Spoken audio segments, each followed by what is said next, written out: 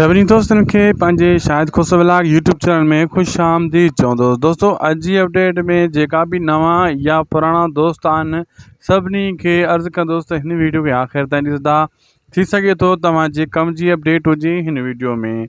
हिन वीडियो खे अगर मिस कंदो 1 मिनट 20 सेकंड जी वीडियो आहे, अगर तव्हां हिनखे स्किप कंदो तव्हांखे दोस्तों को नुक़सान भी ना आहे, फ़ाइदो भी न पवंदो स्किप करण में।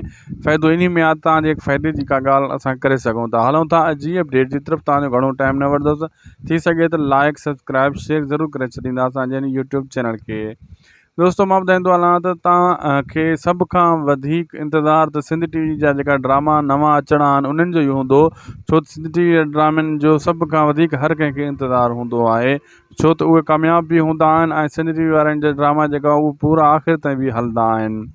बहरहाल मां तव्हांखे हिकिड़ो सुवालु कंदुसि, तव्हां कमेंट सेक्शन में लिखो ऐं असांखे ॿुधायो त तव्हांजी छा राय आहे हिन ईद ते तव्हांखे सभ खां वधीक कहिड़े ड्रामनि जो इंतज़ारु आहे ऐं कहिड़े फिल्मनि ऐं कहिड़े अदाकारनि ड्रामनि जो इंतज़ारु आहे। तव्हांजो फेवरेट अदाकार कहिड़ो आहे उन्हनि जो बि नालो कमेंट सेक्शन में लिखो त असांखे जीअं सर्वे में ख़बर पवे त तव्हां घणा कंहिंजा फैन आहियो। असांखे ॾींदा इजाज़त, लाइक सब्सक्राइब शेयर कंदा।